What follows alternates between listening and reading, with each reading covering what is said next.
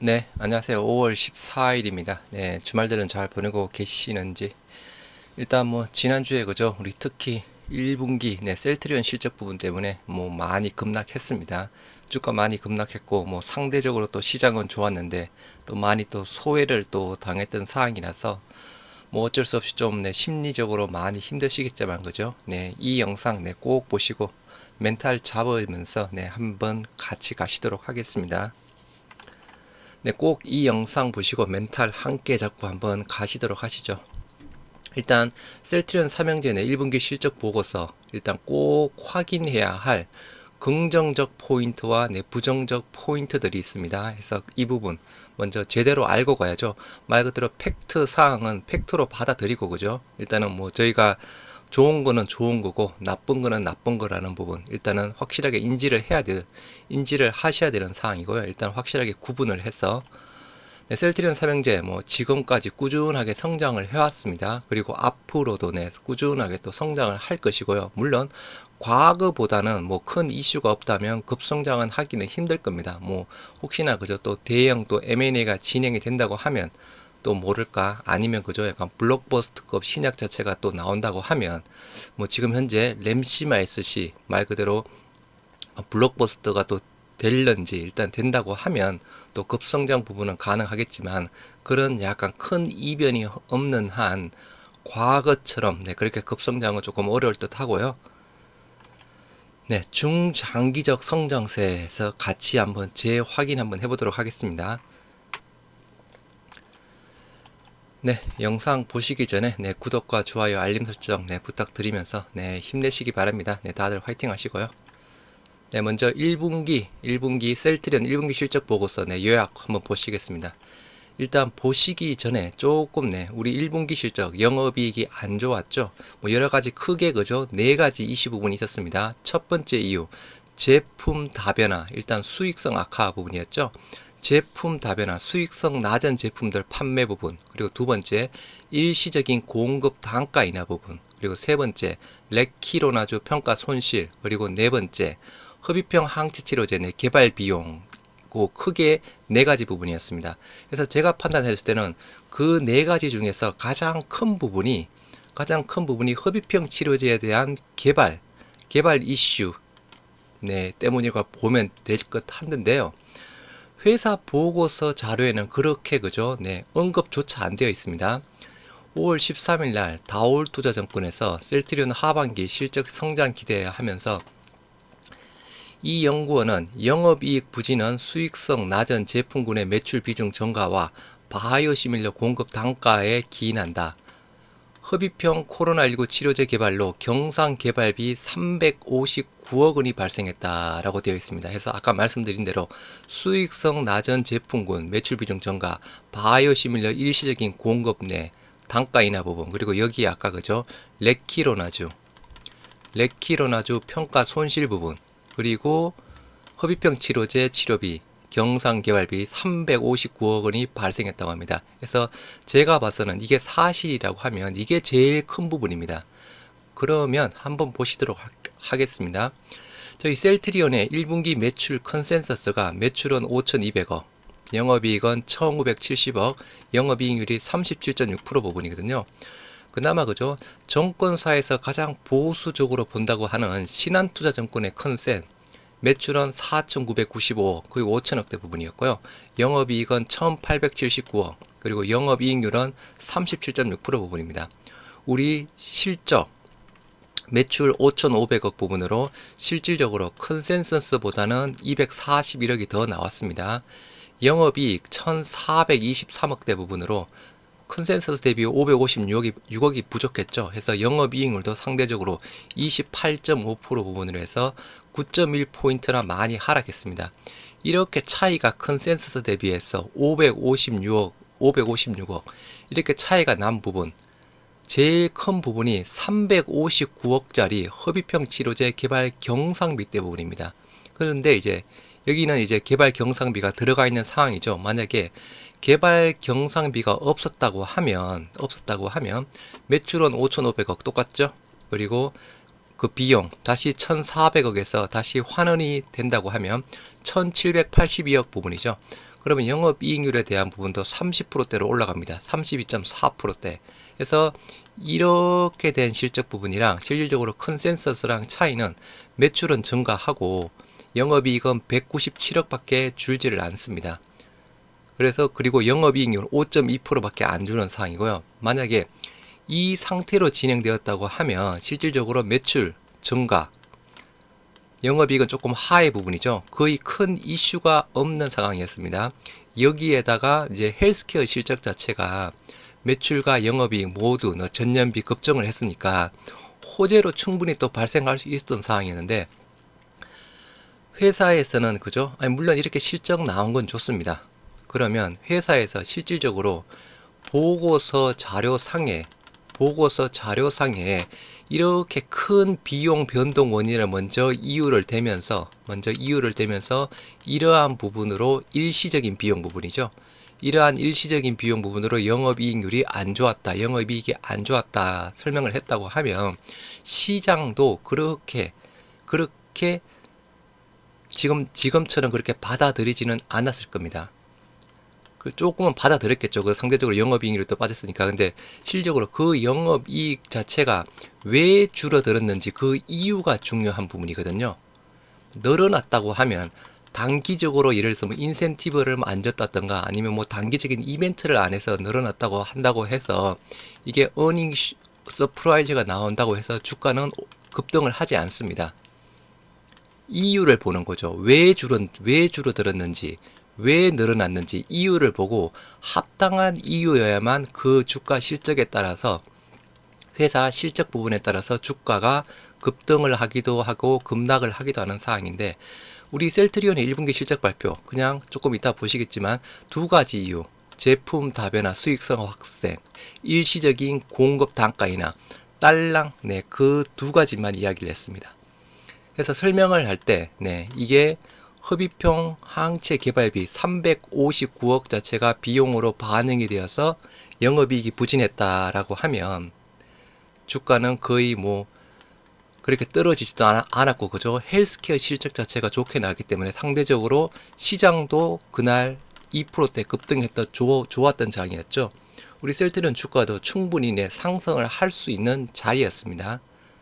아무튼 회사에 저는 소극적인 태도, 뭐 일부러인지 뭔지는 모르겠지만 그죠? 소극적인 태도가 가장 문제라고 저는 생각하고 있는 상황이고요. 그래서 이거를 일단 먼저 보여드리면서 1분기 실적 발표 한번 보시도록 하겠습니다. 셀트리온 1분기 실적 아까 보셨던 대로 매출액 5,500억에 영업이익 1,420억에서 25.8% 나왔죠. 아까 말씀드린 영업이익의 감소 원인 딸랑 두 개였죠. 램시마 IV, 케미컬, 진단키트 등 상대적으로 수익성이 낮은 제품군의 매출 비중이 증가했다. 판매 경쟁력 강화를 위해 전략적 일시적으로 바이오시밀러 공급 단가했다. 이것도 이유가 되겠지만 주요 이유가 아니라는 거죠. 가장 큰 주요 이유 아까 보셨던 흡입형 항체 치료제의 개발 비용 359억짜리라고 다올증권에서 이야기를 하고 있는 사항인데요. 그 부분 자체가 빠져 있었던 사항이었습니다. 그래서 시장에서는 이게 그죠? 이익 자체가 급감한 원인 자체를 이 두 가지 이유 상으로만 보고 주가를 급락시켰던 상황이었습니다. 영업부진 주요 이유, 제품 다변화, 수익성 낮은 제품군 매출 비중 증가, 그리고 일시적인 바이오시밀러 공급 단가, 램시마, 약간 트룩시마 부분이었죠. 해서 경쟁사 대비해서 조금 또 경쟁을 하기 위해서 단가를 인하했다라고 했던 상황이었고, 이게 또 SK증권인가요? 그래서 그쪽 정권에서는 이 공급 인하하게 램시마에 대한 공급 단가 인하를 하게 된 계기가 또 램시마에서 시로 스위칭하기 위한 또 전략이라고 또 해석을 하고 있습니다. 이 부분 그죠? 유럽에서 인플렉트라 로 팔리고 있죠. 우리 경쟁사 보면 램시마 있고 램시마 SC가 있다고 하면 인플렉트라를 사용하는 환자군을 램시마로 끌어들이기 위해서 가격 인하했다고 그렇게 해석을 하고 있습니다. 그러면 가격 인하하면 여기서 조금 더 유입이 되겠죠. 유입이 되면 또 램시마를 사용하고 있던 사람들 다시 램시마에서 C로 결국은 또 스위칭 유도를 해야 되겠는 상황이겠죠. 최종적으로 이러한 목적으로 램시마에 대한 공급 단가 인하를 단행했다라고 SK증권에서는 또 그렇게 해석을 하고 있는 상황이고요. 그리고 레키로나주 재고 평가 손실, 그죠? 이게 어떻게 보면 또 큰 부분이었고, 나름 뭐 작년에 기대가 컸던 상황이었는데 지금 그 기대가 아주 또 큰 실망으로 다가오고 있습니다. 재고 평가. 그리고 가장 중요한 계속 말씀드렸던 흡입형 칵테일 항체 치료제 경상 비용 359억. 이게 가장 큰 부분이었습니다. 그리고 일시적인 바이오 시밀러 공급 단가라고 이야기를 하고 있는 상황인데요. 그래서 이게 몇 년 전에도 일시적으로 공급 단가를 인하한 적이 있습니다. 그러면 이제 이번에 또 공급 단가 인하 한 번 했으니까 그죠? 또 바로는 하지는 못할 겁니다. 뭐 저희가 그죠? 일반 제품들도 가격 인하를 한 이후에 또 몇 달 있다가 가격 인하를 또 바로 하지는 않죠. 가격 뭐 인하를 한 이후에 한참 후에 또 시장 상황이라든가 경쟁사 상황, 네, 상황 보고 뭐 가격 인하라든가 인상을 할 때 항상 몇 년 정도 일단은 텀 자체가 생기는 상황이죠. 그래서 아무튼 그리고 과거에 말씀드렸던 일시적으로 공급 인하 단가했던 부분도 제가 알기로 한 2년 전인가 그 정도 부분으로 알고 있습니다. 그러면 앞으로도 그죠? 물론 이제 앞으로의 텀은 조금 더 짧아질 수는 있겠죠. 예를 들면 내년쯤에 또 다시 한번 뭐 조금 한다든가 아니면 내후년쯤에 한다든가 그렇게 할 수 있는 상황인데 뭐 바로바로 인상하고 또 인상하고 또는 인하하고 인하하지는 않을 것이다 라고 일단 보시면 될 듯 하고요. 일단은 가장 큰 문제점 자체가 흡입형 항체 치료제의 개발 비용 359억짜리 비용, 회사에서의 소극적인 태도 제대로 못 알려줬죠. 네. 예를 들어서 일반 게임 회사처럼 그죠? 실적에 대한 부분에 대해서 컨퍼런스 콜을 했다고 하면 또 충분히 설명할 여지는 있겠지만 회사는 뭐 컨퍼런스 콜 하지도 않고 뭐 NDR도 하지도 않고 언론사도 뭐 통화 제대로 커뮤니케이션 되지도 않고 정권사도 마찬가지죠. 심지어 그죠? 우리 주주들이랑도 소통이 되고 있지 않습니다. IR팀 제가 몇 달 동안 하루에 몇 번씩 전화를 하고 있는데 통화도 안 되는 상황입니다. 이게 회사의 현실적인 상황이고 아주 문제가 많은 회사의 문제점 중에 가장 큰 한 가지 요소라고 저는 생각을 하고 있는 상황이고요. 두 번째, 제품 포트폴리오 믹스 쪽에 대한 부분이죠. 일단 계속 말씀드렸던 진단 키트 쪽에 대한 부분. 일단은 1분기 때 22%가 들어갔습니다. 이게 대략 1100억대에 해당되는 사항이고요. 일단은 이게 진단 키트 매출 유무에 따른 실적 변동성은 앞으로 고려를 해야 되는 사항입니다. 다행히 그죠? 1분기 때 대략 1100억대의 진단 키트 매출이 있어서 한 5500억대의 매출이 나왔습니다.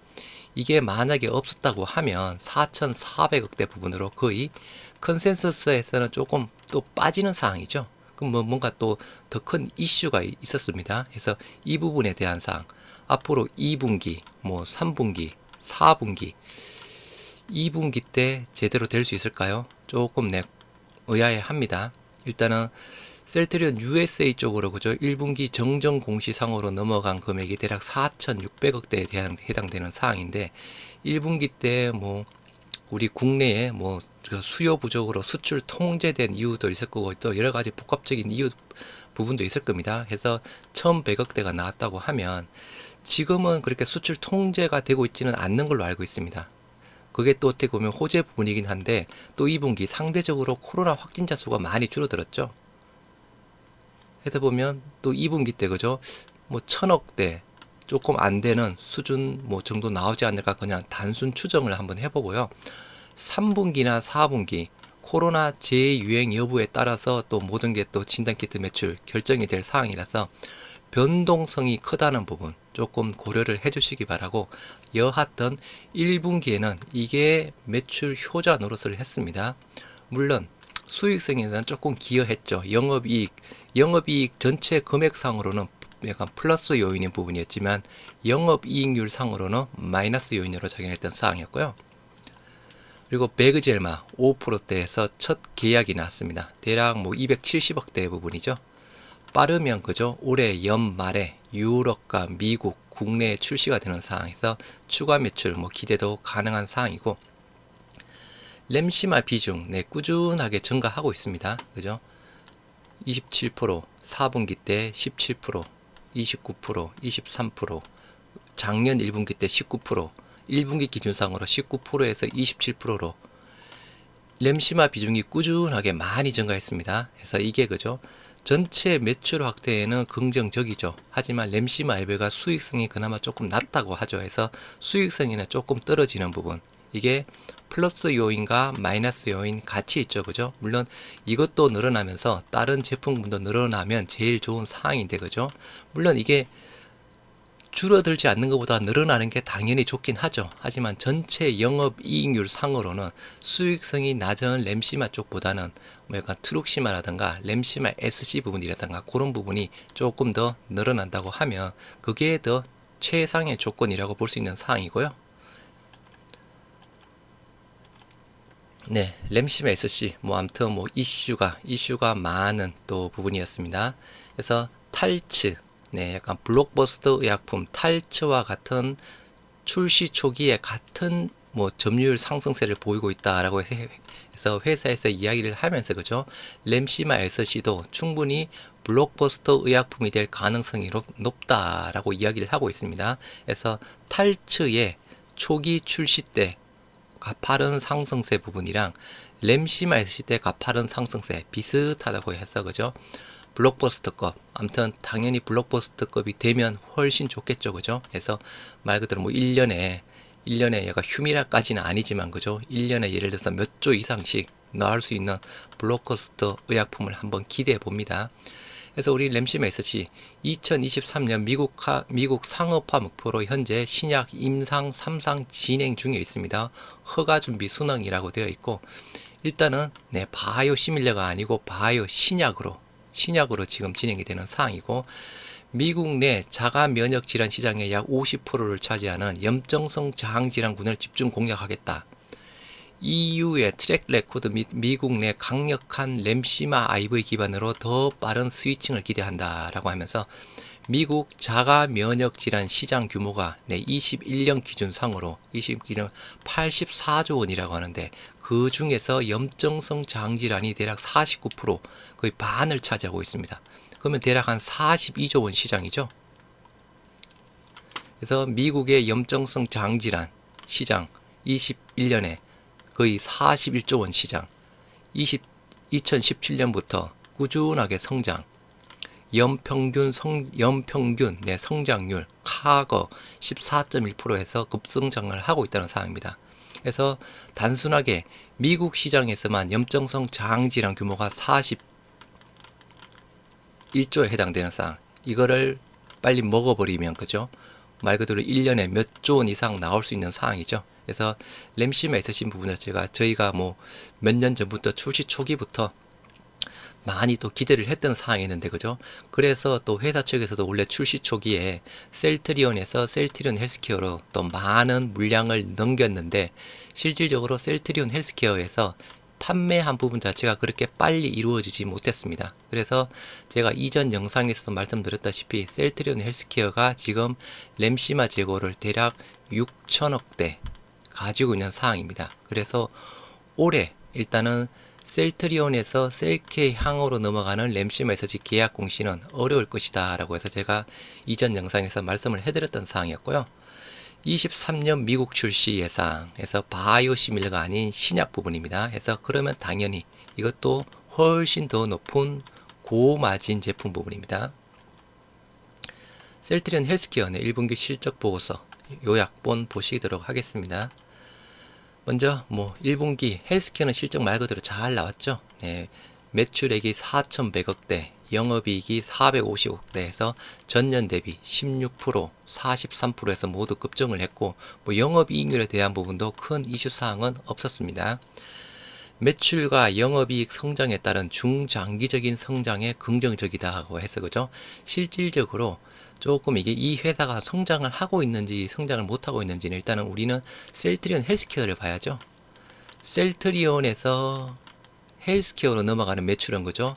뭐 조금 표현이 뭐 주주로서 표현은 뭐하지만 흔히들 말하는 창고 매출, 셀트리온이 마음만 먹으면 매출 조금 더 넘길 수도 있고 더 뺄 수도 있는 구조 부분이죠. 그래서 이걸로 조금 성장성은 판단하기 힘든 상황이고, 실질적으로 셀트리온 헬스케어가 실질적으로 판매되는 그 부분을 봐야 되는 상황입니다. 그래서 그 부분에 대해서 일단은 1분기 실적상 일단은 좋게 나왔습니다.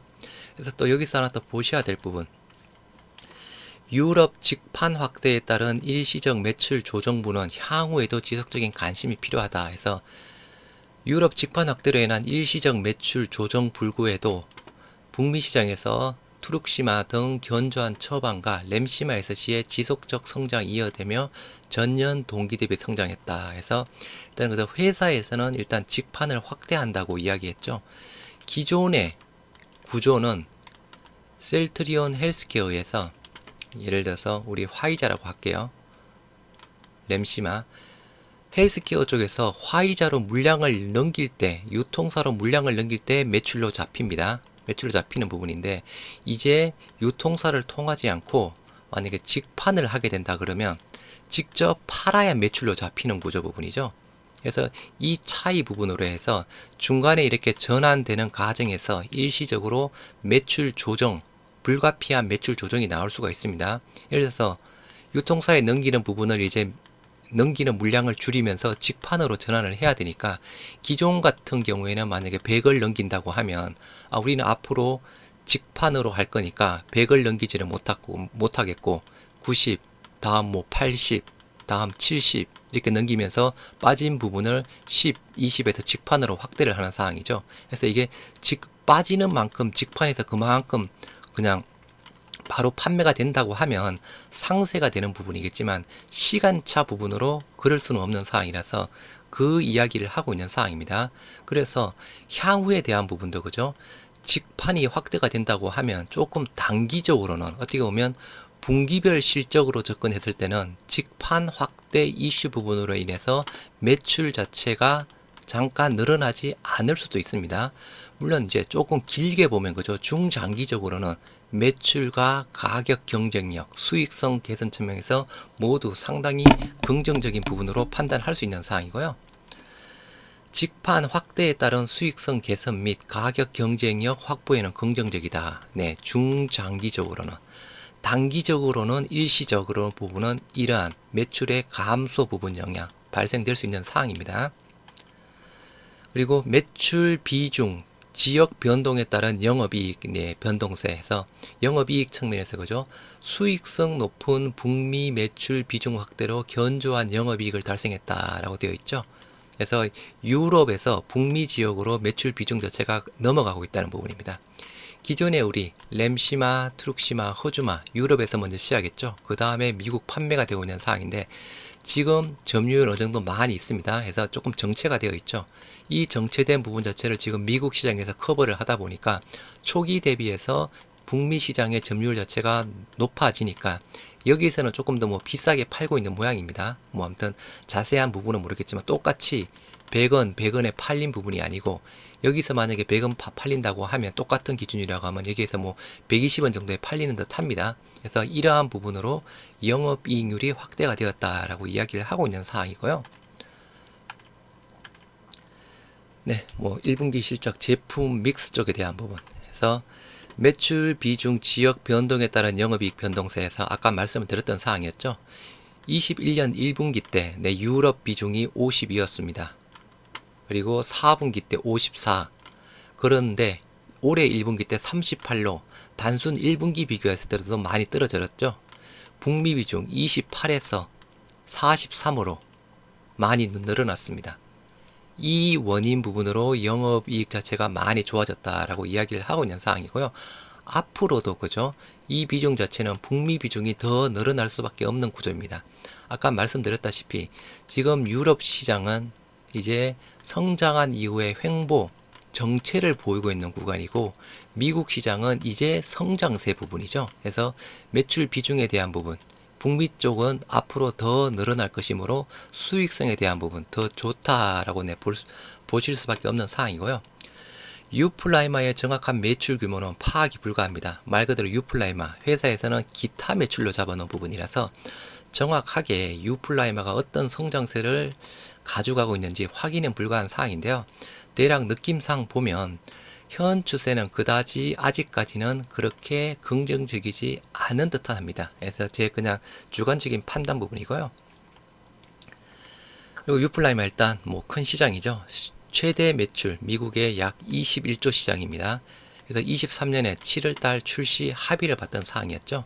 그래서 또 여러 경쟁사들이 있지만 우리는 고농도 부분으로 출시가 되면서 미국 시장 빨리 먹어야 되겠죠. 그래서 이게 또 상당히 긍정적인 부분이다라고 보실 수 있는 사항이고요. 네, 약간 트룩시마 이게 조금 아쉽습니다. 말씀드렸다시피 유럽에서는 수익성 확보를 위한 전략적 입찰 참여 및 직판 준비 등으로 일시적으로 매출 및 점유율이 조정이 되었다라고 했죠. 전략적 입찰 참여, 직판 준비에서 직판 준비 요게 조금 말씀드렸죠. 유통사에서 직판으로 전환되는 과정에 일시적으로 매출 조정이 일어날 수밖에 없는 사항. 그래서 네, 약간 트룩시마 보시면 아시겠지만 40%대 찍고 21년 한 2분기 정도 때부터 계속 빠지고 있습니다. 그래서 지금 현재 29%대 점유율을 보이고 있습니다. 이게 말 그대로 일시적인 부분인지 이게 직판체에 대해서 일시적으로 부분인지 그러면 어느 정도 완료가 되면 다시 이렇게 올라갈 부분인지 아니면 여기서 떨어져서 그냥 정체가 될 부분인지 아니면 직판으로 전환했지만 그죠? 직판 영향력이 조금 적어서 이렇게 다시 떨어질 부분인지 이게 세 가지 시나리오 중에 하나겠죠. 가장 최상의 시나리오 떨어졌다가 올라가는 게 원래 점유율 수준만큼 올라가는 게 가장 좋은 시나리오겠죠. 그래서 세 가지 시나리오가 있다는 부분 일단 참고하시기 바라고요.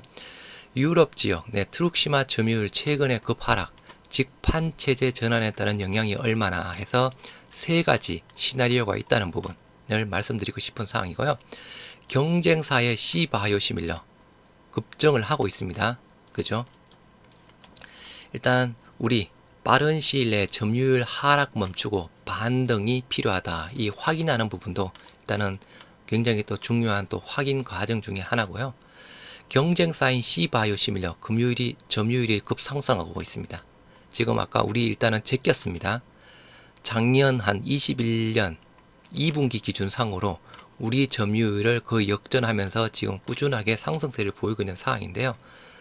아무튼 우리의 뭐 직판 준비 체제 영향 부분도 있겠죠. 그래서 이게 떨어지니까 상대적으로 경쟁사 부분이 올라가고 있는 상황. 그리고 미국 쪽에는 일단은 꾸준하게 증가하고 있죠. 처방약 기준으로도 점진적 상승세 27%. 이거는 화이자의 룩시엔스 34%. 처방액 기준상으로도 27%. 화이자의 룩시엔스 29%대 부분이죠. 그래서 수량 대비로는 5% 한 7% 정도 차이 나죠. 하지만 처방액 기준상으로 2%밖에 차이가 안 납니다. 이 이유는 화이자의 룩시엔스가 조금 더 가격 할인을 더 많이 하고 있다라고 그냥 단순 추정할 수 있습니다. 네. 수량 기준으로는 우리가 한 7% 정도 차이가 나는데, 그죠? 처방액 기준상으로는 2%밖에 차이가 안 납니다. 그래서 화이자의 룩시엔스 상대적으로 우리보다 가격 할인율을 크게 하고 있다라고 보시면 될 듯 하고요. 그리고 일단 트룩시마 단가이나 실시에 따른 미국 시장 점유율 상승 추이가 확인이 필요합니다. 그래서 일단 1분기 때 아까 일시적인 공급 단가 인하 했죠. 램시마와 약간 트룩시마 부분. 그래서 지금 현재 약간 또 가격 인하를 했습니다. 그러면 시장 점유율은 상대적으로 올라갈 가능성이 조금 더 있겠죠. 그래서 이 갭을 수량 기준상으로 대략 7% 갭, 금액상으로 대략 2% 갭을 빨리 메꿔야 되겠죠. 그래서 이 갭을 얼마만큼 더 빨리 메꾸느냐에 대한 부분도 확인이 필요할 듯 합니다. 네, 램시마 SC 우리 뭐 약간 블록버스터급 아까 잠깐 이야기를 했던 사항이었고요. 일단은 화이자가 판매하고 있는 또 유럽에서 인플렉트라 계속 하락. 램시마 이거는 EU5 시장입니다. 5개국 램시마 35% 꾸준하게 성장. 램시마 SC 마찬가지죠. 8%대 꾸준하게 성장을 하고 있는 상황입니다. 램시마 SC의 스위칭 처방 확대 긍정적에서 아까도 말씀을 드렸던 사항이었죠. 독일에서 19년에 램시마 처방률이 11%였는데 21년에는 17%로 늘어나면서 여기 있던 또 램시마 처방 받고 있던 사람이 그죠? 램시마 SC로 스위칭을 했겠죠. 그래서 14%나 새로 생겼습니다. 단순하게 보면 이게 31%죠.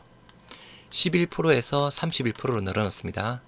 그리고 얘가 프랑스 램시마 19년에는 처방받던 22%, 때가 21년에 34%로 마찬가지 급증했죠.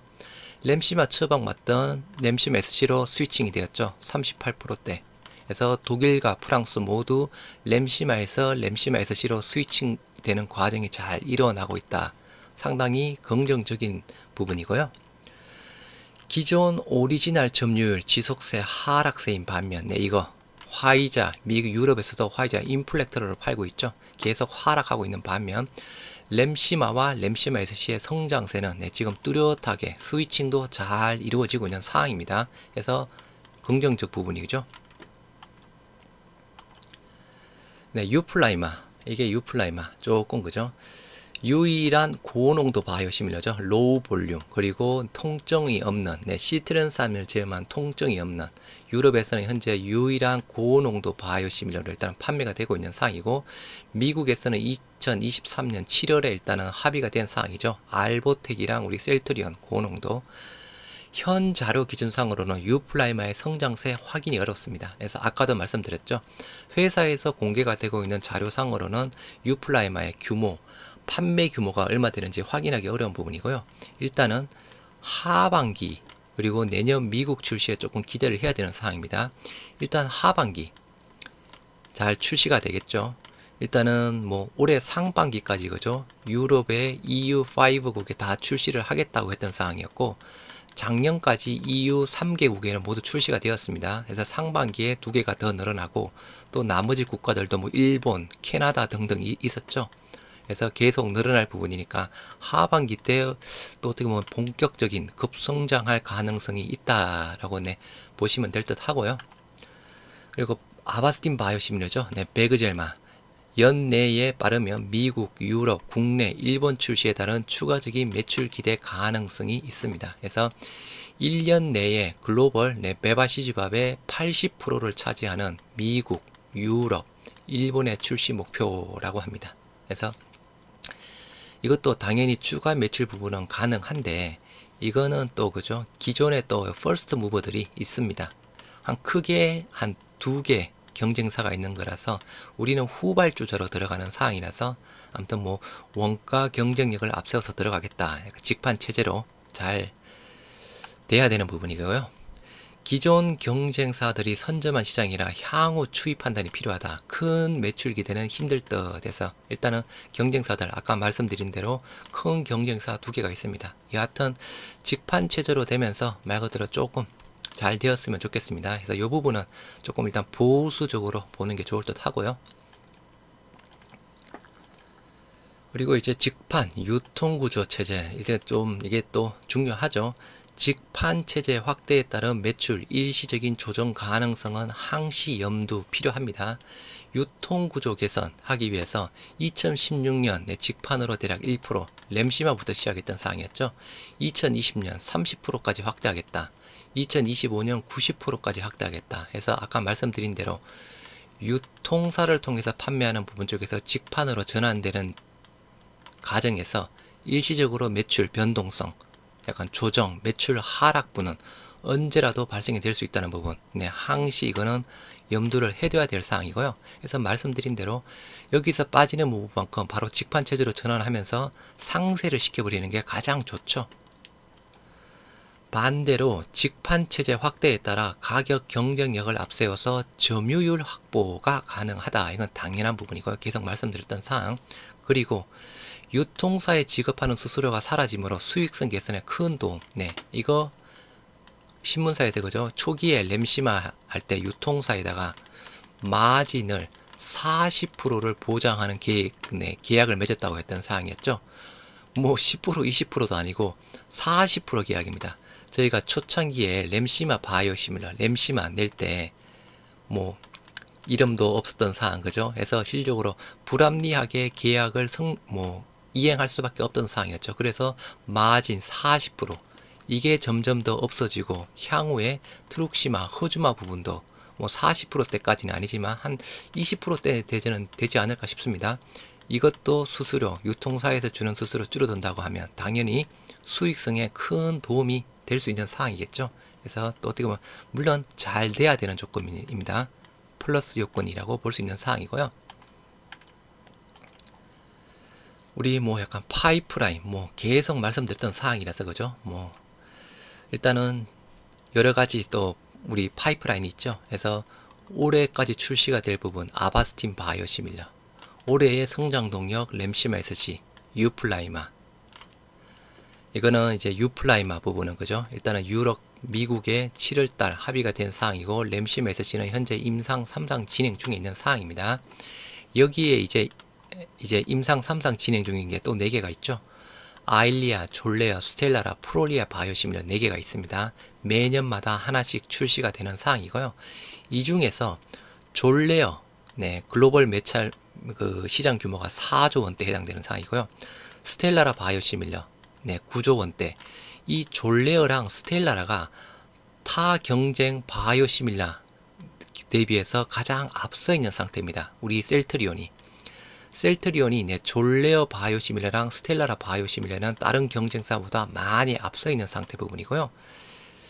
졸레온과 스텔라란가 두 개 중에 하나가 다른 경쟁사보다 1년 정도 훨씬 더 앞서 있습니다. 그래서 여하튼 이거는 또 퍼스트 무버 역할을 또 할 수 있을 듯 하고요.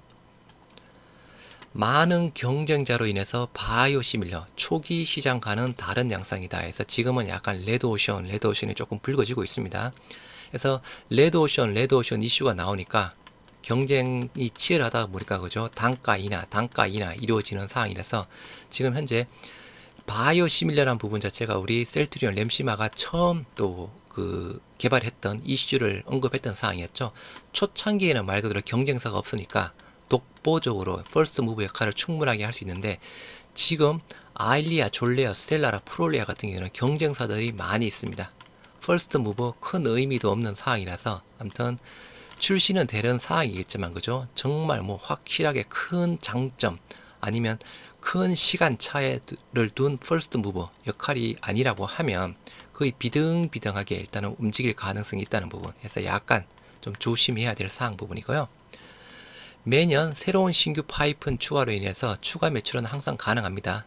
이건 말씀드렸던 이런 또 임상 3상 중에 4가지가 있고 로우 악템나 임상 1상 또 시험 중에 있죠. 그리고 2028년 면역 항암제 약간 키트루다도 2028년 지금 그 키트루다 바이오시밀러 또 지금 그 개발 계획을 가지고 지금 준비를 하고 있는 부분으로 알고 있습니다. 그리고 여기에다가 뭐 새로운 플랫폼이라고 할 수 있죠. 익스다 테라퓨틱스의 ADC 그리고 미국의 바이오링크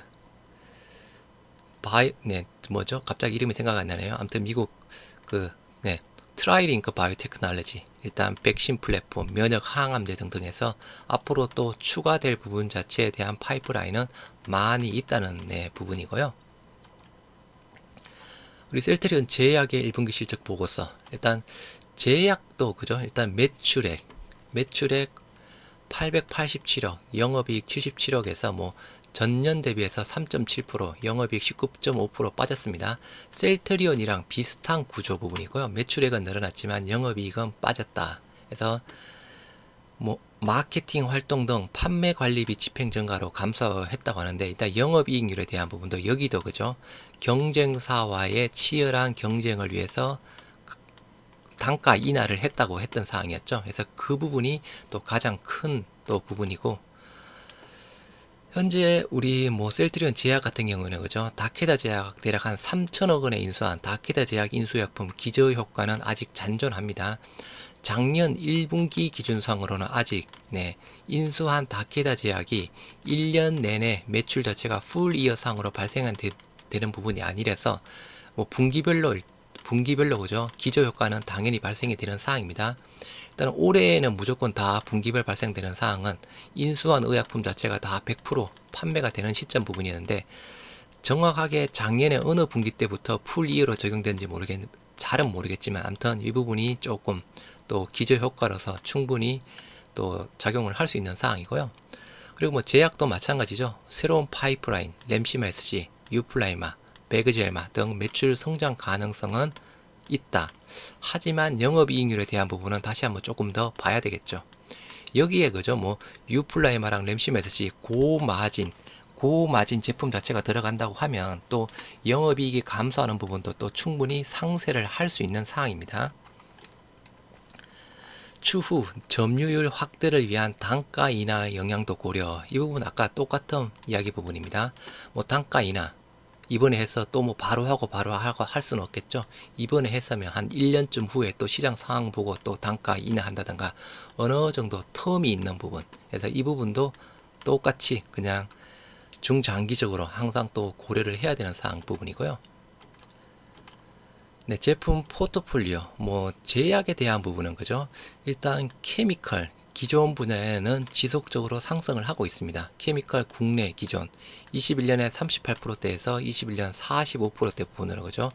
매출액은 조금 늘어났는데 일단 상대적으로 비중 자체가 더 많이 늘어났습니다.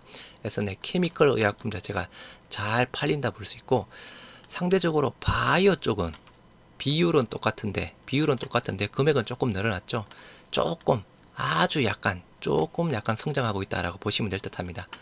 뭐 비율 거의 비슷하다고 보고 매출 자체가 늘어났으니까 그죠.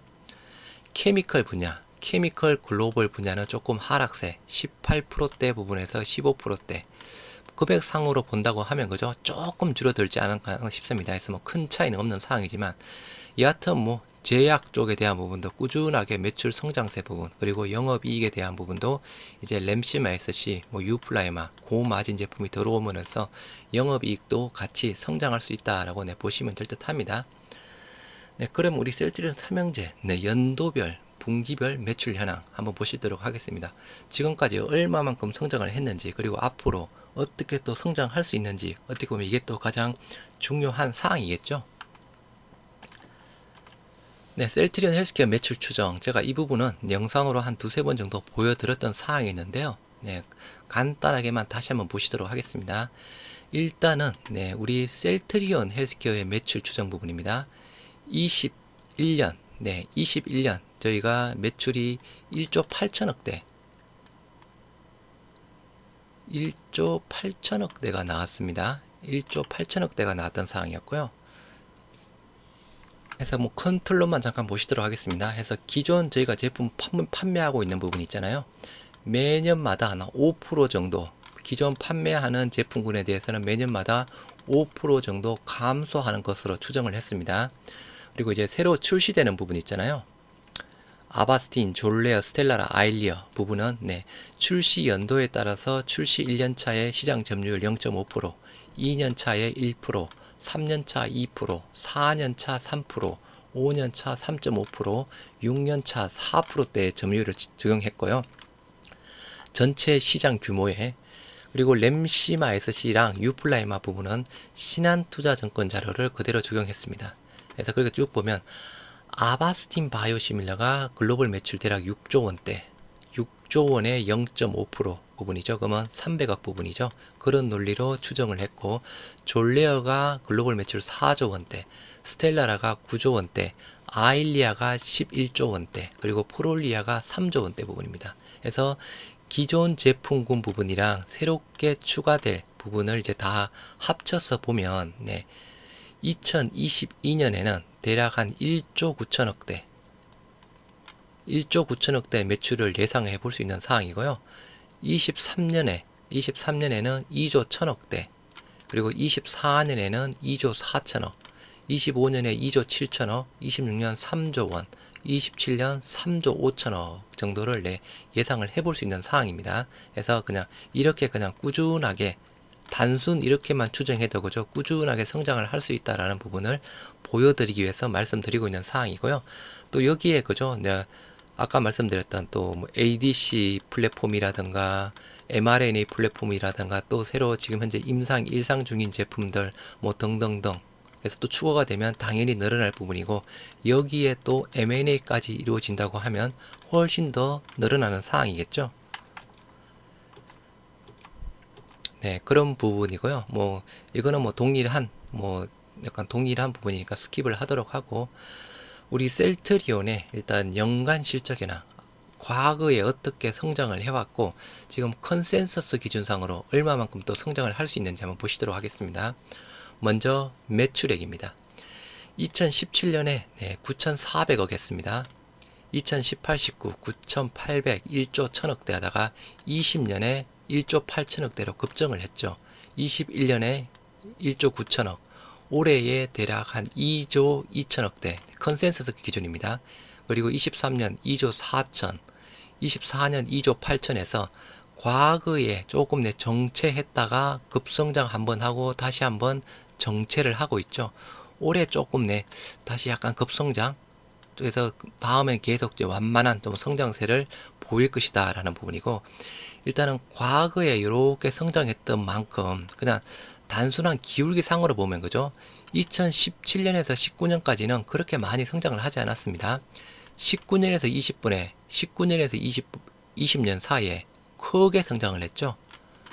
21년, 22년 조금 성장은, 19년, 20년, 21년 조금 성장, 꾸준하게 과거보다는 그렇게 큰 성장률은 보이지는 않을 것이다 라고 보시면 되고요. 영업이익 쪽에 대한 부분도 20년에 초창기에 대략 한 5천억대 나왔다가 줄어들었다가 꾸준하게 영업이익도 성장을 하고 앞으로도 꾸준하게 성장하는 것으로 지금 전망이 되고 있습니다. 분기별 실적입니다. 분기별 실적은 조금 등락이 조금 있긴 있죠. 20년 4분기 4,900억대에서 잠깐 분기별로 잠깐 꺾였다가 그죠? 21년 2분기 때까지 다시 21년 3분기 때 6,200억대로 급증을 하면서 6,200억대 뭐 5천억대에서 지금 분기별로는 대략 5천억대 부분 자체가 일단은 계속 나올 것이다 라고 있는 상황이고요. 여기까지가 일단 실적 부분이죠. 여기까지가 실적 부분이고, 여기는 컨센서스 부분입니다. 그래서 이렇게 나올 것이다. 또 4분기 되면 또 이게 또 급증을 하겠죠. 6,200억, 지난 6,200억 더 뛰어넘겠죠. 뭐 영업이익에 대한 부분도 일단은 분기별이니까 등락을 이렇게 반복하고 있지만 전체적으로는 연도별로도 꾸준하게 성장을 할 수 있고 과거에도 그렇게 해왔던 상황이었습니다. 셀트리온 헬스케어 마찬가지 연간 실적 2017년 9,200억에서 18년에 잠깐 줄어들었다가 1조 1천억대로 많이 성장했죠. 1조 1천억대에서 1조 6천억대로 많이 성장했죠. 21년도 뭐 1조 8천억대 그나마 좀 많이 성장했습니다. 그죠? 이제 앞으로도 마찬가지 지금 최근의 성장률만큼 그래도 한 두 자릿수 이상씩은 성장을 합니다. 두 자릿수 이상씩 성장하지만 과거 이렇게 급성장한 만큼은 좀 아니지만 일단은 기본적으로 두 자릿수 이상씩은 성장을 할 것이다 라고 보고 있는 상황이고요. 영업이익 2018년에 조금 이렇게 적자로 한번 전환이 되었던 상황이었습니다.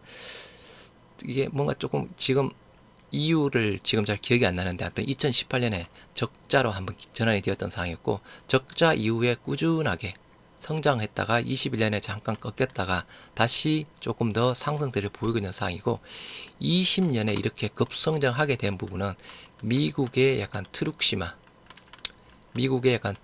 영향 때문이었습니다. 그래서 이렇게 급성장했던 부분, 이제 그죠?